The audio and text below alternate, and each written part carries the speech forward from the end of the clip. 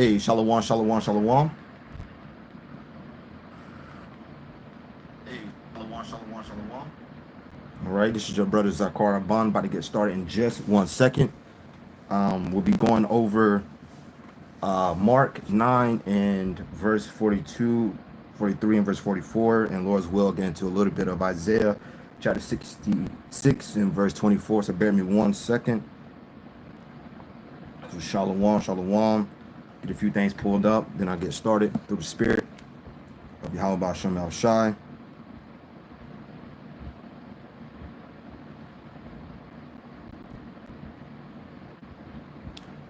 All right, about to get started.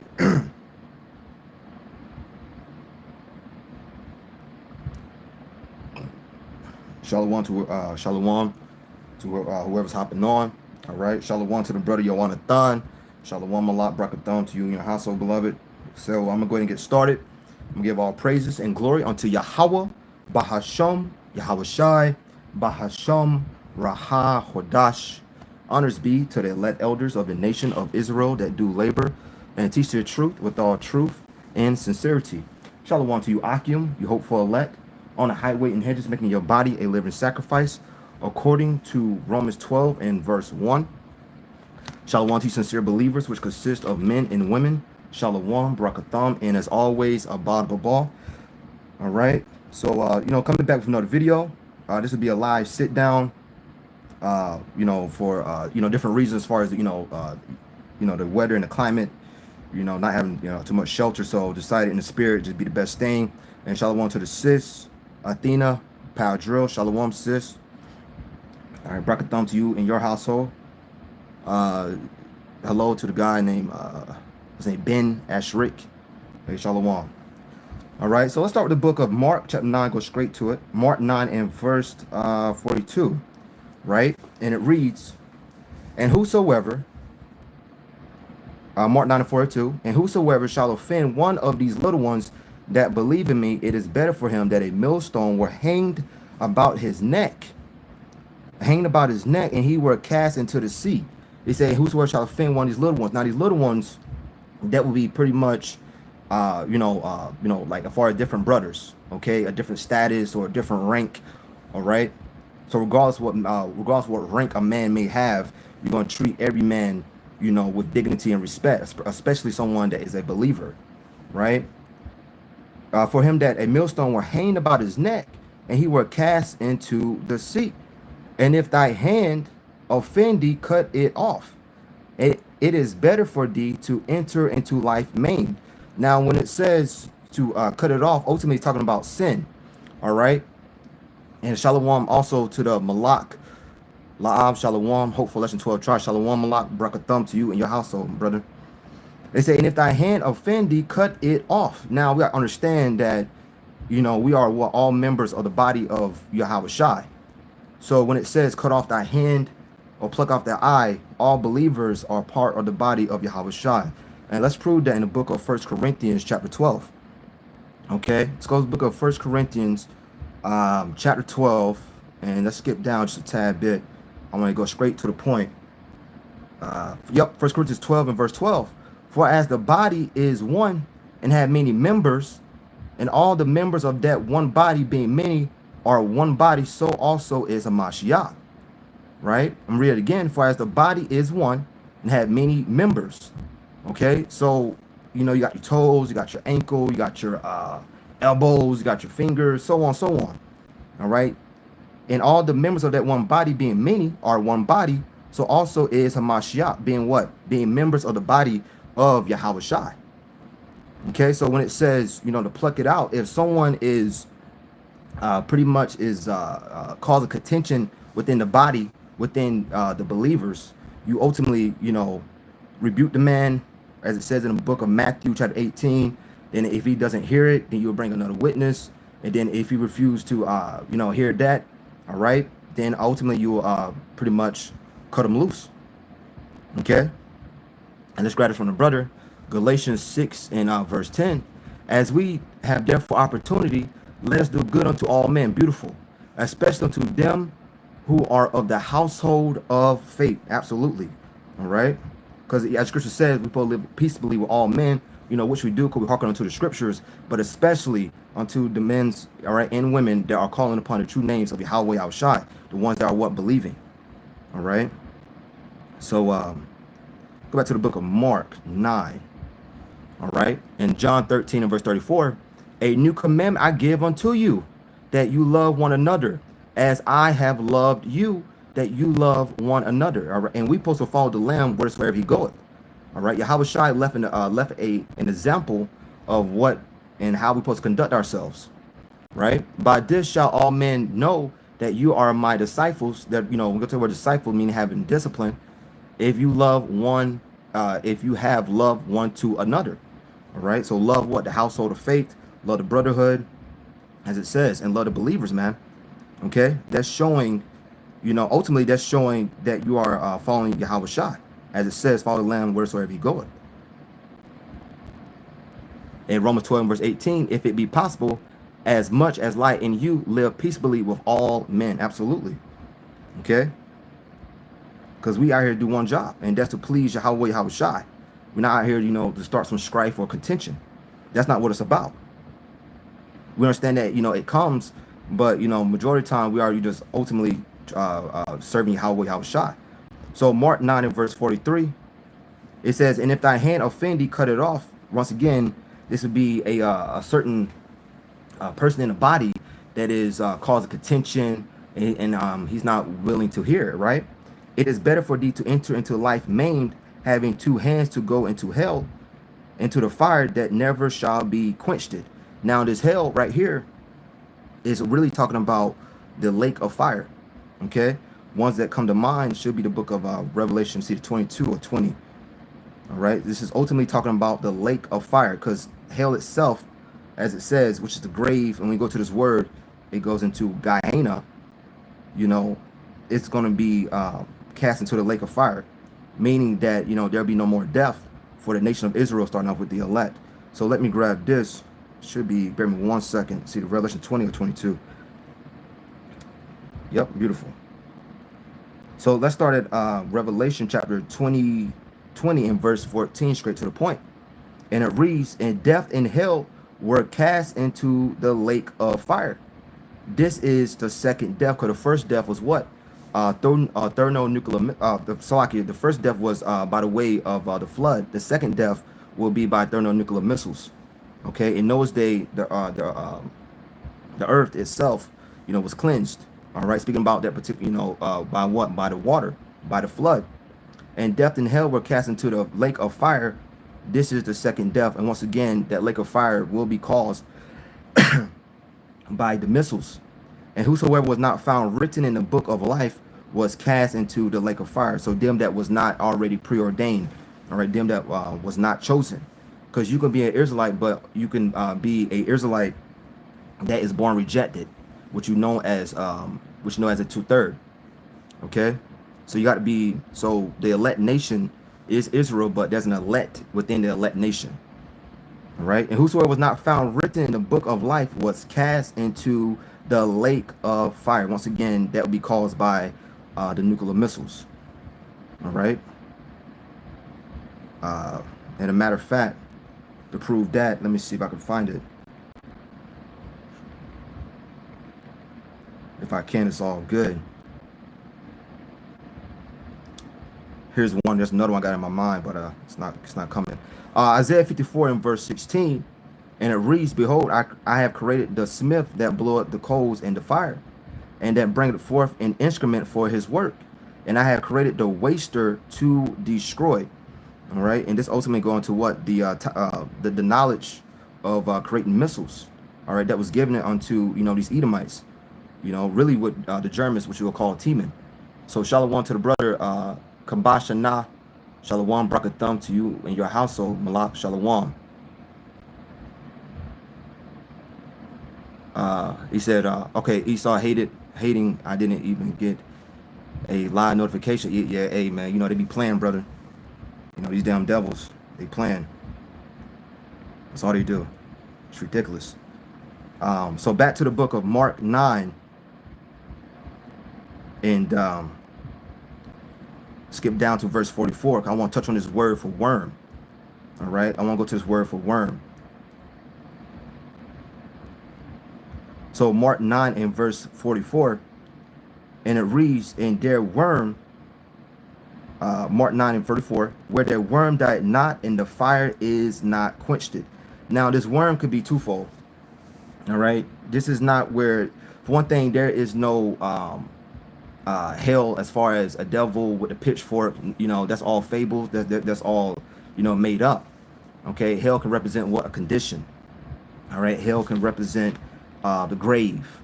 Okay, Yahweh Shai said, what, you didn't leave my body in hell, meaning what? The grave, to be decomposed. Okay, so this worm, let's grab this here in the book of because it's twofold. All right, first and foremost, let's go to Isaiah 14. Then I'm gonna go and bring out some of the meanings to the word for worm. So this is Isaiah 14 and start verse 10, and it reads. Now this is going to the fall of Esau. Now the start of that is speaking about, you know, Israel with the elect. All right, coming back and having the other nations and all of that being in handmaids and subject. So Isaiah 14 and verse 10, and they shall speak and say unto thee, art thou also become weak as we? These are what? The other nations. All right, art thou become like unto us? Thy pomp is brought down to the grave, and the noise of thy vows, the worm is spread under thee, and the worms cover thee. Now it should say right there, instead of worm, should say maggots. All right, because maggots is the one that do the decomposing as far as a dead body. So let's get that word for worm. So when you go on the blue letter, it pops up maggot. So bear with me 1 second. Strong's H8438, Tolah, and second entry, Toleah. All right, Toleah. And third entry, Tolaath.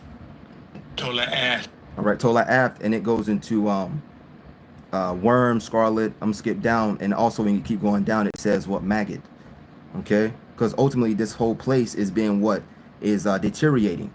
All right, the way of living in Babylon the Great is deteriorating. It's falling apart. All right, it's not at that same height as it once was in the 1950s or 1940s or whatever. Okay, this place is going down, so it's pretty much deteriorating. And what do maggots do? It pretty much decompose the body. All right, so that's why I use that analogy as far as saying worm, which once again should say maggot. In the NLT, it does say as far as representing what? The deteriorating and the decomposing of this place that is crumbling. Okay. So let's go back to the book of Mark, chapter 9. Like I said, this worm can go in twofold. So I'm going to read this again, Mark 9 and verse 44. And it reads, where their worm dieth not, and the fire is not quenched it. I'm going to deal with the fire in just 1 second, but I want to deal with this worm. Okay, so this worm, I'm going to pull this up. I'm going to read it. Bear with me 1 second. Thought I had it. Because when you go into these words, you got to go into some of the customs of how, you know, Israel was speaking. The same way now when you you talking and bro got different slang, right? So same thing will be applied to the scriptures of, to the ancient times of old. Most High said, well, he's speaking dark sayings, he's speaking parables, speaking similitudes. So bear me 1 second. Where's it at? Here it is. Bear me 1 second so I can pull this up. I mean, as fast as possible. If I can't, then it's all good. Come on now. So like y'all can bear with me. Mark 9. Here it is. Okay, now this is on this website, learned from the apostles as far as, the Bible tool, all right, and the elder. So this is Mark 9 and verse 44, and it reads, as far as that worm, it reads, it is repeatedly said of the wicked, their worm died not, as well as the fire is never quenched it. Doubtless remorse of conscience and keen self-reflection are this never dying worm. So pretty much what it's saying in essence is pretty much if you are if something bothers you, right, or you have done something that was sinful or done something that was wrong according to Yahweh Yahweh Shai, that would bother you. That would be that's the thing that they say in the world that eats me up. Okay, so as it says right here, it's a doubtless remorse of conscience and keen self-reflection are this never dying worm. So the same way today how we say, hey man, that really bothered me, or that really eating me up, something that you may have done in your past, that can be what that never dying worm. The fact that you got to live with the fact you got to live with knowing that you was born rejected. All right, because a lot of these 2/3, speaking about Israel, the heathen nation, they're gonna be just put down and be on the subject forever anyway. But the knowing that you are an Israelite and you was born rejected, and you was chosen to come up against the gospel, they're gonna be feel some type of way. It's gonna be that never dying worm. All right, it's always gonna eat them up, and the proof of that is Daniel 12 verse 2. That I'll grab in just a second.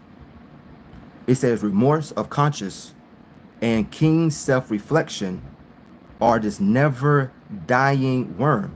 Surely it is beyond compare better to undergo all possible pain, hardship, and self-denial here, and to be happy forever hereafter, than to enjoy all kinds of worldly pleasure for a season and to be miserable forever.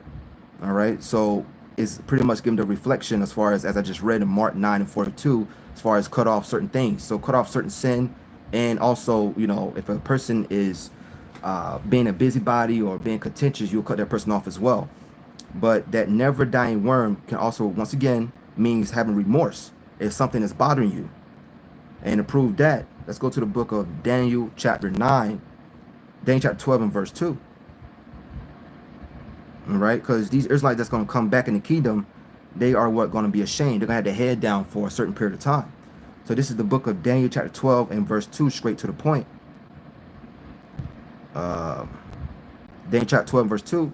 And many of them that sleep in the dust of the earth shall awake, some to everlasting life, those will be what? The elect, and some to shame and everlasting contempt.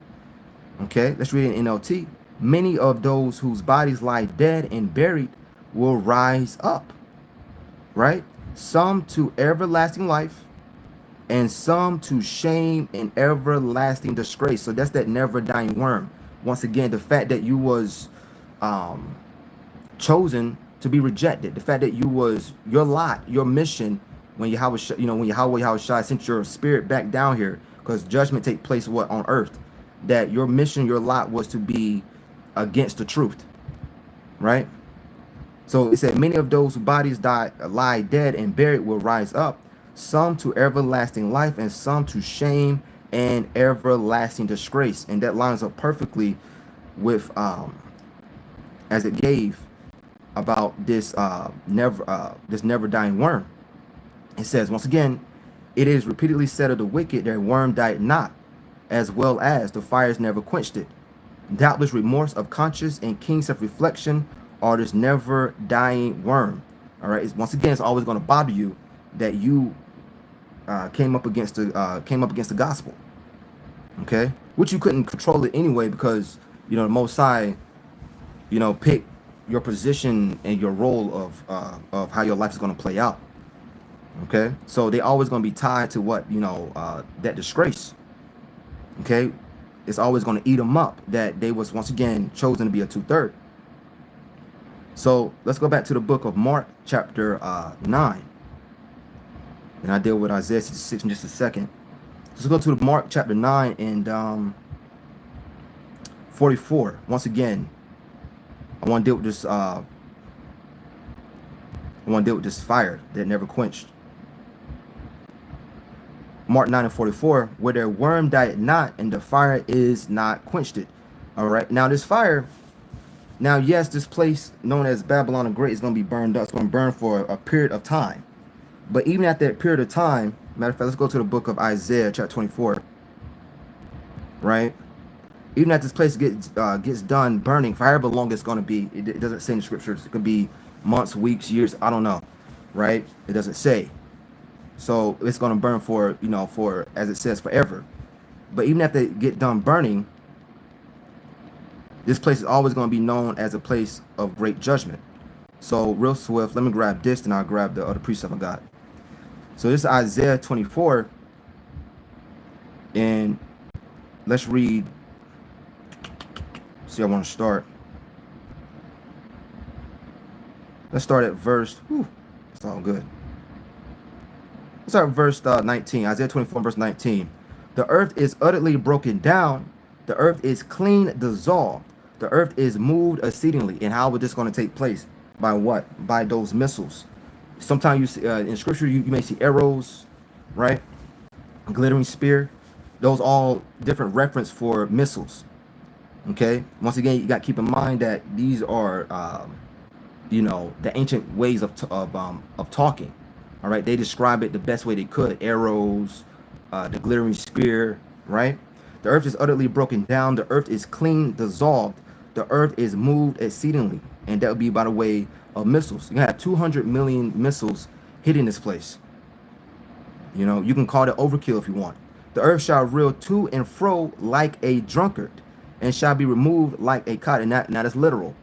It's gonna be like a big earthquake. All right, this whole earth, it's gonna be taking place everywhere. Waves gonna move. It's gonna be a lot of mass death going on, man.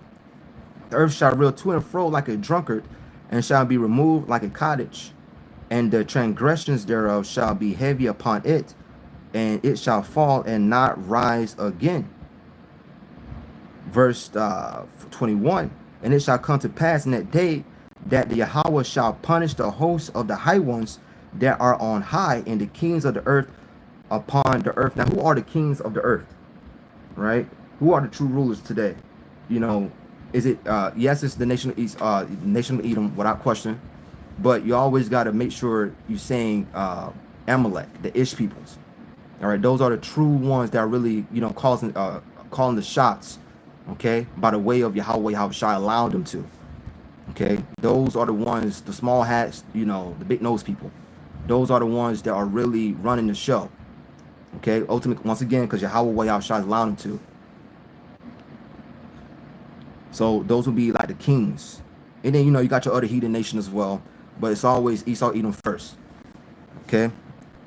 Because why in the book of 2nd Ezra 6 and should be verse 9, that Esau is the end of the world. Right?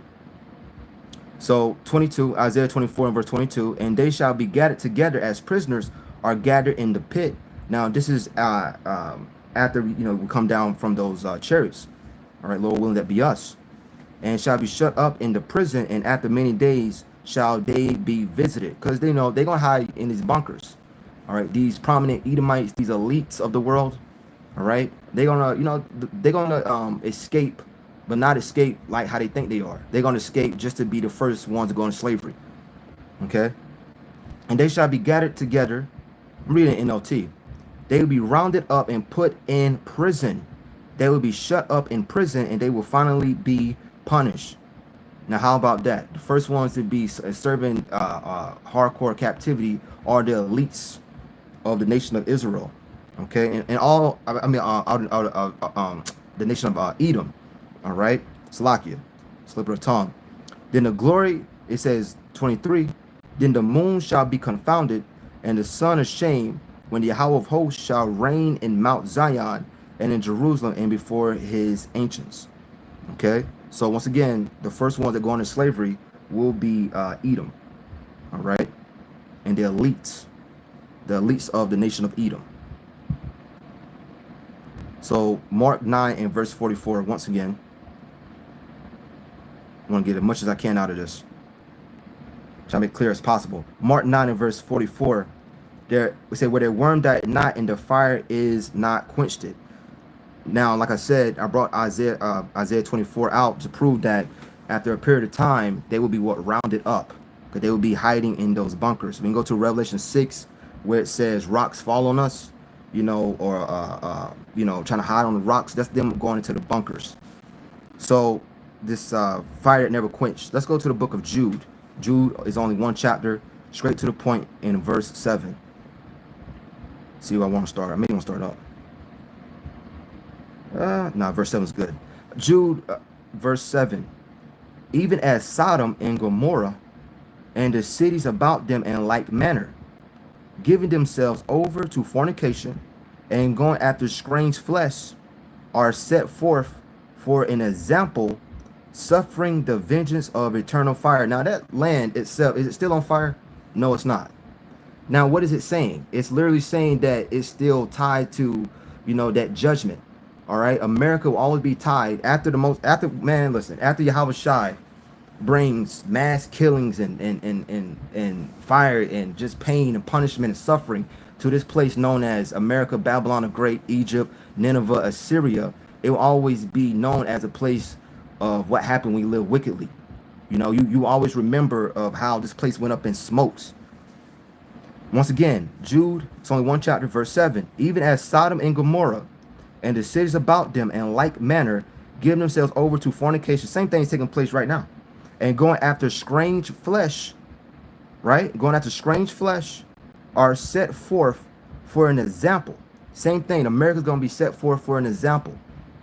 Suffering the vengeance of eternal fire. Once again, but that place in Sodom and Gomorrah is not burning. All right, so over there in the Middle East, it's not burning, literally, but it's still that judgment is still tied to it. All right, suffering the vengeance of eternal fire. Because the Most High show what his wrath. The Most High wrath is known as what? Fire as well, and let's prove that. Okay.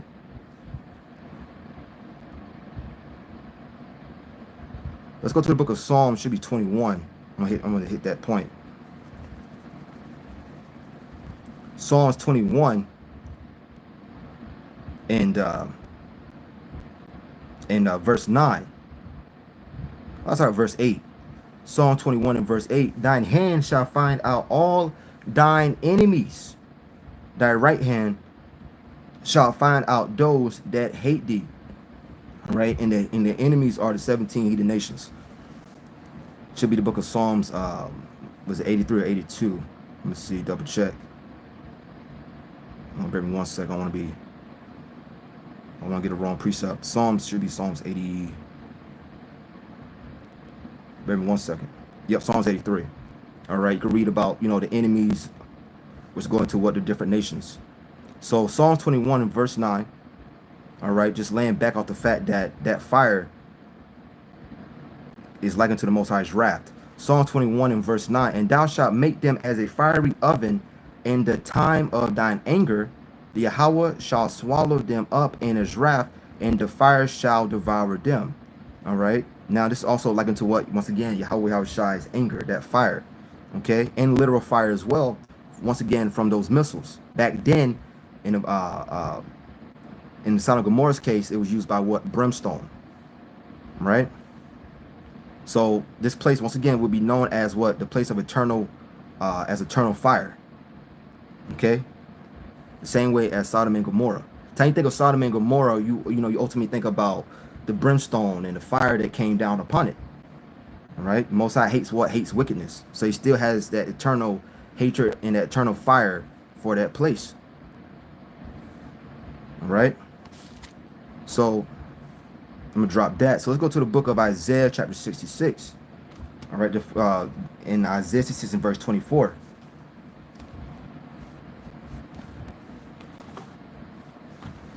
Bear me 1 second. All right. So 66. Let's see when I start. Let's go straight to the point. This is the book of Isaiah, chapter 66 and verse 24. And they shall go forth and look upon the carcass of the men that have transgressed against me, for their worm shall not die. For their worm shall not die, neither shall their fire be quenched, and they shall be in abhorring unto all flesh.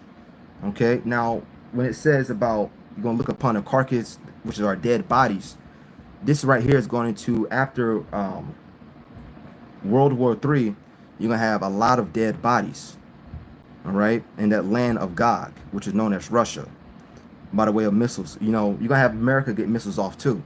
So let's go to the book of Ezekiel, chapter 39. All right. Let's go to the book of Ezekiel, chapter 39.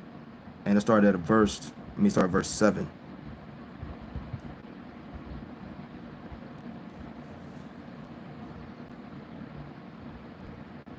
See, I may start verse 7. Nah, I'm skipped. I don't need that. It's on verse 10. Bear me 1 second. Let's see. Sorry, verse 10. All right. So this is the book of Ezekiel chapter 39 and verse 10. And it reads, so that they shall take no wood out of the field, neither cut down any out of the forest. For they shall burn the weapons with fire, and they shall spoil those that spoil them, and rob them, said the Yahweh Most High. And it shall come to pass in that day that I will give unto Gog a place there of graves in Israel, the valley of the passengers on the east of the sea. And it shall stop the noses of the passengers, and there shall they bury Gog and all his multitude, and they shall call it the valley of Hamagog. Verse 7. All right, but we're not going to be doing any of the burying. Okay, we're going to hire, as it's going to continue to read, we're going to have, these heathens, these servants doing that. As I just said, the first crops of slaves are going to be the elites of the nation of Edom. And 7 months, 7 just means completion. And 7 months shall the house of Israel be burying of them. Now, we're not going to actually put our hands on these nasty dead bodies of the heathens, right? But it's, we're going to get the credit for it. Meaning, so we're going to have our servants doing it. And 7 months shall the house of Israel be burying of them, that they may cleanse the land. And all the people, yea, and all the people of the land shall bury them. And the reason I'm bringing this up, all right, put it back in context. Hold on, bear me 1 second. Because it said that we shall look upon a dead carcass of men, right? Speak about those dead bodies. As far as Isaiah 66. So let's read Isaiah 66 and verse 24. And they shall go forth and look upon a carcass of the men that have transgressed against me. It means sin. Right? For their worms shall not die, neither shall fire be quenched it, and they shall be in abhorring unto all flesh. So let's read Ezekiel 39 and verse 13 once again. Yea, and all the people of the land shall bury them. This is an example of looking upon the carcass or the dead bodies. Yea, and all the people of the land shall bury them, and it shall be to them a renown the day that I shall be glorified, said the Yahweh. I'm reading NLT. Everyone in Israel will help, for it will be a glorious victory for Israel, when I demonstrate my glory on the day, says the sovereign Lord. And they shall sever out of men continual employment, passing through the land to bury with the passengers those that remain upon the face of the earth to cleanse it. All right. Once again, it's going to be a pile of dead bodies. All right. In the scriptures, it also said that the birds is going to feast on these dead bodies, man. Okay. But we're not going to do the burying. All right. These damn elites, so-called elites, are going to do it, man. And they shall sever out of men continual employment, passing through the land to bury with the passengers those that remain upon the face of the earth, to cleanse it. After the end of 7 months shall they search. I'm reading in the NLT, Ezekiel 39:14. After 7 months, teams of men will be appointed to search the land for skeletons to bury, so the land will be made clean again. Okay. So let's go back to the book of see what else I want to get, because as I was making a point, you can have dead bodies from one point, all over. Okay, so let's go to Jeremiah 25 to prove that, as far as looking on the carcass or the dead bodies. So go to Jeremiah 25 and verse 33.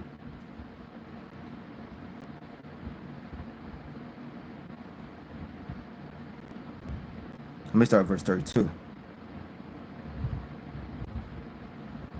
Now 33 is good. Jeremiah 25 and verse 30 and verse 33. And the slain of the Yahweh shall be at that time from one end of the earth even unto the other end of the earth. They shall not be lamented, neither gathered nor buried. They shall be dung upon the ground.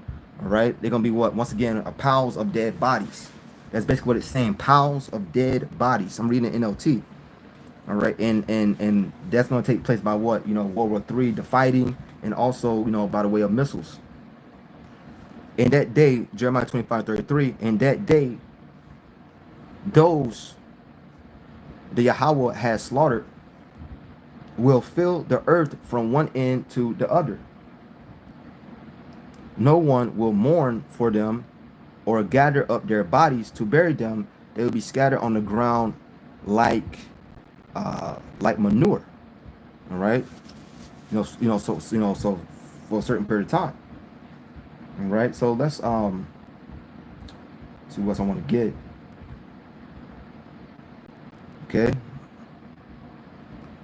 and no dead bodies going to be caused, and this killing and this slaying is going to be caused by what? The missiles. Right, so let's go to the book of Amos chapter 1. Now we read the book of Amos chapter 1, goes into the different judgment upon the nations. Right, so let's go to the book of Amos chapter 1 and verse 6. Okay, start Amos chapter 1 and verse 6. I'm gonna read it in the NLT. Amos 1 and verse 6 in NLT. This is what the Yahweh says: the people of Gaza have sinned again and again, and I will not let them go unpunished. They sent whole villages into exile, selling them as slaves to Edom. Now check out the judgment. So I will send down fire on the walls of Gaza, and all its fortress will be destroyed. Just showing, some of the dead carcass or the slain, right? Dead bodies. I just grabbed the book of Jeremiah 25 and verse 33. So this is Amos 1 and verse 7. So I will send down fire on the walls of Gaza, and all its fortress will be destroyed. Verse 8. I will slaughter the people of Ashdod and destroy the king of Ashkelon. Then I will turn to attack Ekron, and the Philistines, and the few Philistines still left will be killed, says the sovereign Yahweh. This is what the Yahweh says: the people of Tyre have sinned again and again, and I will not let them go unpunished. They broke their treaty of brotherhood with Israel, selling whole villages as slaves to Edom. So I will send down fire on the walls of Tyre, and all its fortress will be destroyed. Showing what? So just giving a quick point as far as going to those many dead bodies that's getting ready to take place. All right, in Tyre or Tyrus, that could be likened unto Babylon today. Okay, so I just want to give a few points on that. So so that's pretty much it right there. All right. See, let me grab one more. After I'm gonna grab this last one, I'm gonna wrap it. Let's go to the book of Psalms 110. Okay, let's go to the book of Psalms 110. Just go straight to the point. In verse 6.